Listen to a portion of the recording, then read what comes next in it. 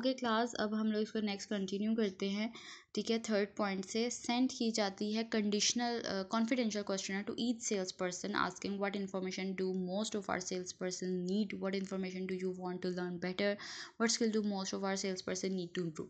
एक कॉन्फिडेंशियल यानी कि हर इंडिविजुअल बंदे को, 4 अगर उनके पास सेल्स के लोग हैं तो हर एक को इंडिविजुअली क्वेश्चनर भेजा जाएगा कि आपकी क्या ओपिनियंस हैं, आपके क्या ओपिनियंस हैं, आपके क्या ओपिनियंस हैं, और ये क्राइटेरिया उसमें होगा कि आपको किस तरह की इन्फॉर्मेशन दी जाए रिटेलर्स के बारे में, कस्टमर्स के बारे में, कि आप अच्छा बिहेव करेंगे, या क्या आपको टेक्निक्स बताई जाएँ कि आप उससे सीख पाएँ, या फिर किस तरह के स्किल्स जो हैं वो होने चाहिए ताकि इम्प्रूवमेंट आ सके। तो ये चीज़ें देखी जाती हैं किसी भी ट्रेनिंग एनालिसिस को स्टार्ट करने से पहले। ये स्टेप्स परफॉर्म किए जाते हैं, बैकग्राउंड इन्फॉर्मेशन कलेक्ट की जाती है। ठीक है, फिर स्टेप्स क्या हैं in performing a training analysis. Field audits किए जाते हैं, सेल्स कॉल्स बुलवाई जाती हैं, मतलब जो कंसर्न लोग हैं उनके साथ डीलिंग की जाती है, जो क्लाइंट्स हैं उनके साथ देखा जाता है, सेल्स फोर्स के साथ मीटिंग कंडक्ट की जाती है। ये सब कुछ सेल्स मैनेजर या सेल्स सुपरवाइज़र कर रहा होता है। ठीक है, सेल्स सुपरवाइज़र के साथ इंटरव्यू किया जाता है, उनसे जो सेल्स की टीम है जिन्होंने मार्केट में जाना है, जिनके डायरेक्ट इंटरेक्शन है कस्टमर्स के साथ, रिटेलर्स के साथ, उनके साथ बातचीत की जाती है। ठीक है, उनसे पूछा जाता है कि कहाँ पे गैप आ रहा है, आपके पास रिसोर्सेज की कमी तो नहीं है, बजट ज़्यादा करना है या नहीं करना, ये कॉस्ट भी ज़्यादा हो रही है, कॉस्ट को कम करें, और ये सब चीज़ें। ठीक है, फिर डिस्कस किया जाता है एंड एग्री किया जाता है on training priorities with management. ये जो हायर आपका स्टाफ होता है वो बैठ के आपस में ये चीज़ें देख रहे होते हैं कि किधर, मतलब आपस में ओपिनियन शेयर कर रहे होते हैं, ब्रेनस्टॉर्मिंग कर रहे होते हैं कि कहाँ पे ट्रेनिंग की ज़्यादा ज़रूरत है, मैनेजमेंट कैसी है, हमें तो ओपन कल्चर क्रिएट करना है, क्लोज कल्चर क्रिएट करना है। तो ये सारा कल्चर पे और लोगों के ओपिनियन शेयरिंग के ऊपर बहुत डिपेंड कर रहा होता है। सॉरी। डिटरमिन किया जाता है ट्रेनेबल टॉपिक्स को, जो भी, जिस तरह अगर ट्रेनिंग की हम बात करें तो ट्रेनिंग सिर्फ एक कैटेगरी में नहीं होती। जिस तरह सेल्फ बूस्टर्स होते हैं, लाइक आप ट्रेनिंग आपने एम्प्लॉयज़ को ये भी देनी होती है कि वो डिस्करेज फील ना करें, उनके अंदर कॉन्फिडेंस हो। आपने उनको बूस्ट अप करना होता है कि आपको हम इतने टैलेंट पूल में से आपको सिलेक्ट किया because you are worthy, because you are skilful.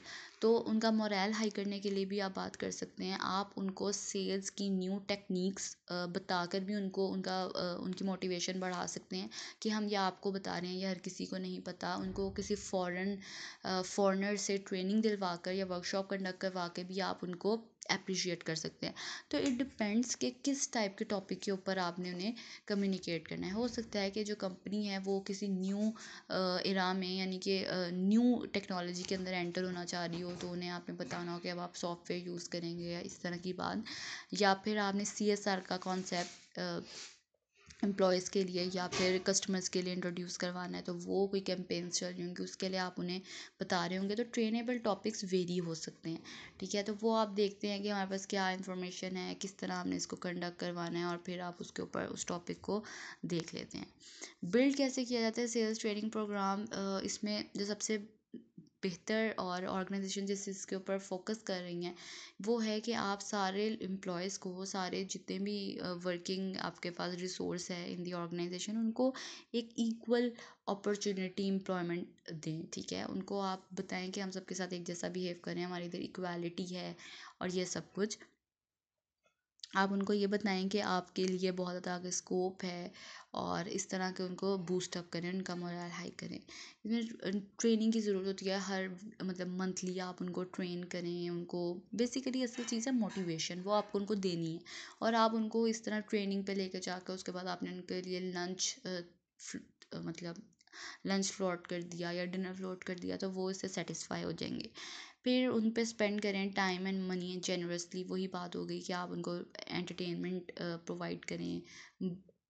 2 महीने बाद या 3 महीने बाद आप उनके लिए कोई एक ट्रिप अरेंज करवा दें, या फिर उनको इंसेंटिव दे दें, या उनके लिए कोई गिफ्टिंग पैकेजेस तैयार करवा लें, तो वो एक मोटिवेटेड रहते हैं एम्प्लॉयज़।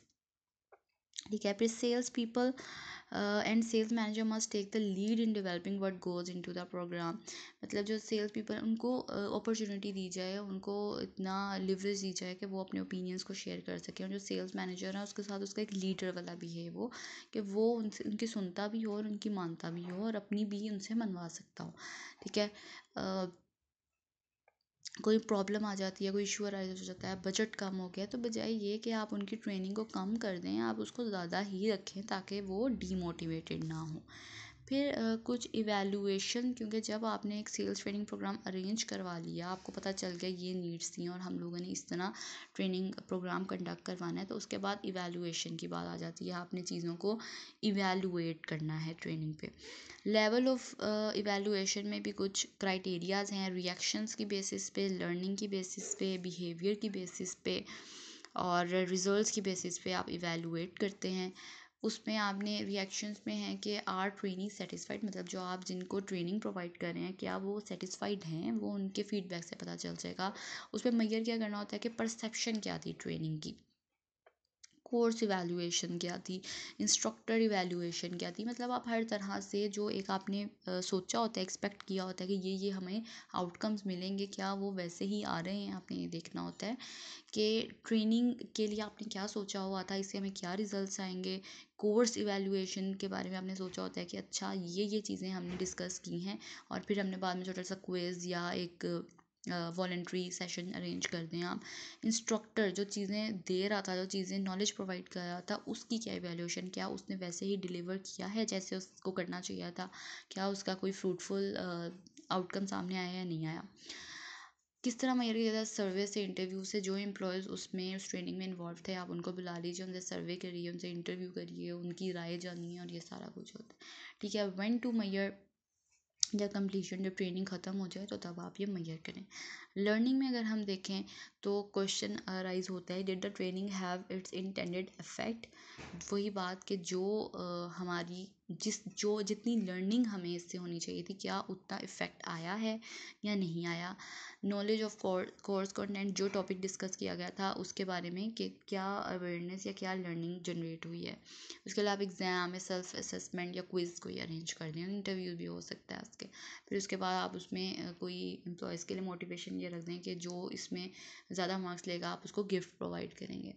ठीक है, उसके बाद कब मैयर, जब ट्रेनिंग एंड हो जाए तब मैयर कर सकते हैं, और जब फ्यूचर में जब भी वो चीज़ अराइज़ हो या वो प्रॉब्लम आए तो आप उनसे उनका लर्निंग कॉन्सेप्ट पूछ सकते हैं कि आपको इस चीज़ पे ट्रेनिंग दी गई थी, अब आप बताएं कि इस चीज़ में कैसे रिएक्ट करेंगे। जिस तरह डॉक्टर्स हैं, उनकी हाउस जॉब होती है, तो जो उन्होंने लर्न किया होता है अपने प्रैक्टिकल फील्ड में या अपनी पूरी 5 ईयर्स के टेन्योर में, उनसे डॉक्टर्स जो उनके सीनियर इंस्ट्रक्टर्स होते हैं या उनके एग्जामिनर्स होते हैं, उनसे पूछ रहे होते हैं पेशेंट को सामने रख के सेल्फ इवैल्यूएशन की तरफ कि जी बताएंगे आपको क्या डायग्नोसिस लग रहा है और ये सब कुछ। तो इसी तरह सेल्स मैनेजमेंट के अंदर भी इसी तरह ट्रेनिंग चल रही होती है। फिर बिहेवियर की बेस के ऊपर आप इसको इवैल्यूएट करते हैं। जो जॉब पे जो सेल्स पीपल जब आ जाते हैं ट्रेनिंग के बाद, तो वो आप देखें, उनको ऑब्ज़र्व करें कि उनका क्या वो अपने अप्लाई कर रहे हैं नॉलेज एंड स्किल्स को या नहीं कर रहे जॉब पे। जो उन्होंने ट्रेनिंग में सीखा था क्या वो उसमें एप्लीकेबल है उनकी प्रैक्टिकल लाइफ में या नहीं है। कैसे क्या मेजर करना होता है इसमें, skills, job performance, absenteeism and turnover, क्या वो छोड़ के तो नहीं जा रहे, क्या ट्रेनिंग उनके लिए मोटिवेटेड है या नहीं है। तो ये सारी चीज़ें आप देख रहे होते हैं। कैसे परफॉर्मेंस इंडिकेटर्स, उनकी परफॉर्मेंस से पता चल जाएगा कि वो मोटिवेटेड हैं या नहीं है। आपको सेल्स के वॉल्यूम से पता चल जाएगा, आपको उनके जेस्चर्स से पता चल जाएगा कि वो सेटिस्फाइड हैं या नहीं है। ठीक है, और मैनेजर भी असेसमेंट कर रहा होता है, सेल्फ असेसमेंट हो रही होती है, उनकी एक ऑब्जर्वेशन हो रही होती है, तो ये सब चीज़ें चल रही होती हैं। कब मैयर करना है, over the first year after training. जब ट्रेनिंग हो जाए तो उसके बाद क्वार्टर में या 2 क्वार्टर्स में आप देख सकते हैं कि उस ट्रेनिंग का क्या इम्पैक्ट आया उन पर। Last is results. रिजल्ट में what affect does training have on the company, क्या कंपनी पे क्या अफेक्ट हो रहा है, क्या रिजल्ट्स आ रहे हैं कंपनी को। क्या देखना होता है, जॉब सेटिस्फाइड हैं कस्टमर्स के नहीं हैं, कस्टमर्स मतलब लॉयल्टी से पता चल जाता है, वो रिटेन कर रहे हों, आपके पास रह रहे हों, सेल्स और प्रॉफिट से, और जो आपने इन्वेस्टमेंट लगाई थी उससे आपको कितना रिटर्न आ रहा है उससे आइडिया हो जाता है। क्या कैसे मेजर करते हैं, सर्वे से, एक्सपेरिमेंट से, और जो आपका मैनेजर होता है वो भी असेस कर रहा होता है। कब मेजर करना होता है, ट्रेनिंग के फ़ौरन बाद या 1 साल बाद। तो इस तरह हमारा ये सेल्स ट्रेनिंग का चैप्टर ख़त्म हो गया है और ये 3 लेक्चर्स में कंप्लीट हुआ है। This is part 3 of sales training.